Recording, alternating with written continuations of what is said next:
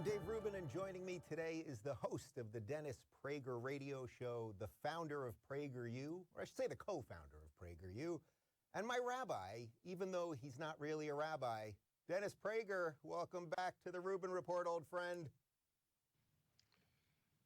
There is only one slight cloud over our being together again, and that is we are no longer living in the same city, the same time zone, or the same coast. I just want everybody watching to know I miss Dave and I miss David. Well, we, Dave and David, miss you and Sue. We miss you a lot. We're going to see you in a couple weeks, but actually, that is the perfect place to start this conversation, because 2 days before I officially left Los Angeles, and when I left, you know, it was a quick thing, and I was just out of there.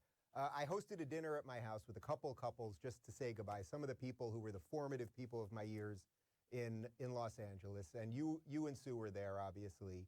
And we talked about whether it is right or just or worthwhile to stay and fight, and when you should know it's time to go. I obviously felt it was time to go.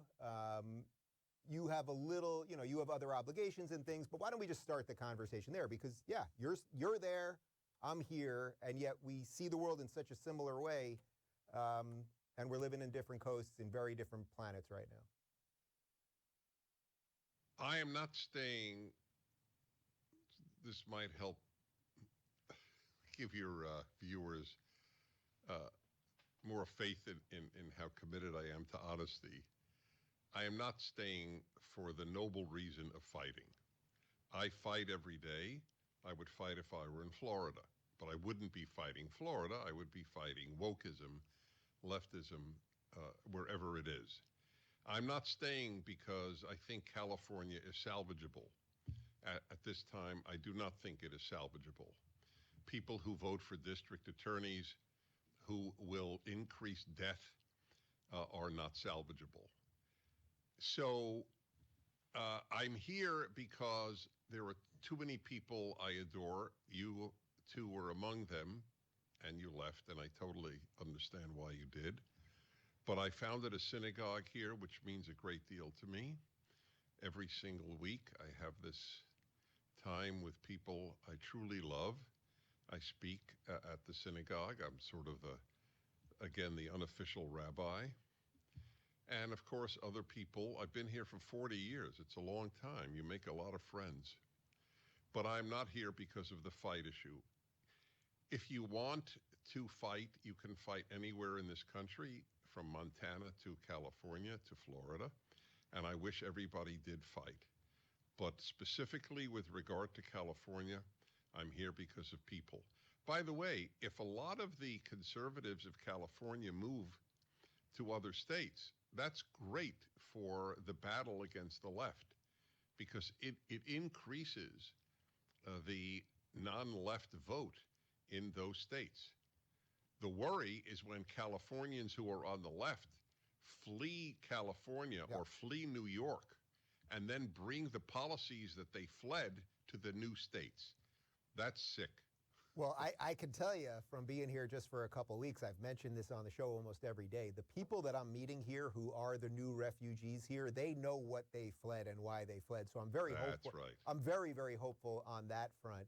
But all right, what do you think? Let's go with that for a little bit. What do you think really is the future of America if this mass migration happens? If basically there'll be sort of minorities like you in California that will be fighting the good fight but won't have political power, and then we'll have places in red states that may be more aligned with us. What is the united bond of the United States of America if this continues in this direction, which to me it has to, actually, at this point? For all intents and purposes, there are two Americas. I think Americans are more divided now than they were during the Civil War. During the Civil War, they were divided on the spectacularly important issue of slavery. But otherwise, they were not divided. And now, that's a big deal, obviously. But still, right now, the division is on every issue. We agree essentially on nothing important. And look, there's a fantasy in me that all the big cities of the country secede. It's not geographically possible because you couldn't have such a non-contiguous country. But if New York and Los Angeles and Chicago and San Francisco and Seattle and Philadelphia, if they all made their own country and left the rest of us, even with all the finance that they would take, all the money, all the banks, it would be paradisical for the rest of us. But it can't happen because of the geographical issue.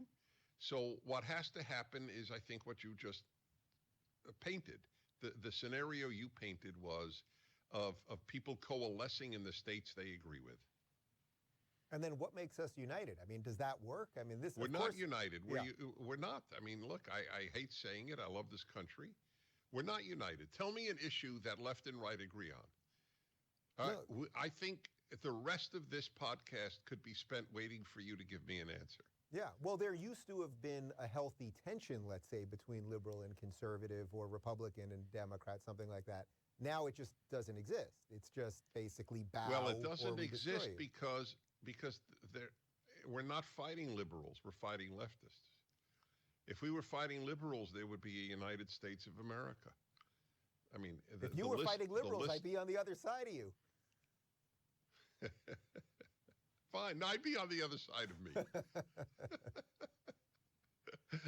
I grew up a liberal Democrat because, after all, I'm a Jew from New York who went to Columbia, okay? I got all the credentials of...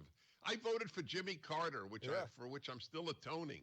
So I just want to... I always ask people who knew me, tell me one position I have now that I didn't have when I was a liberal Democrat.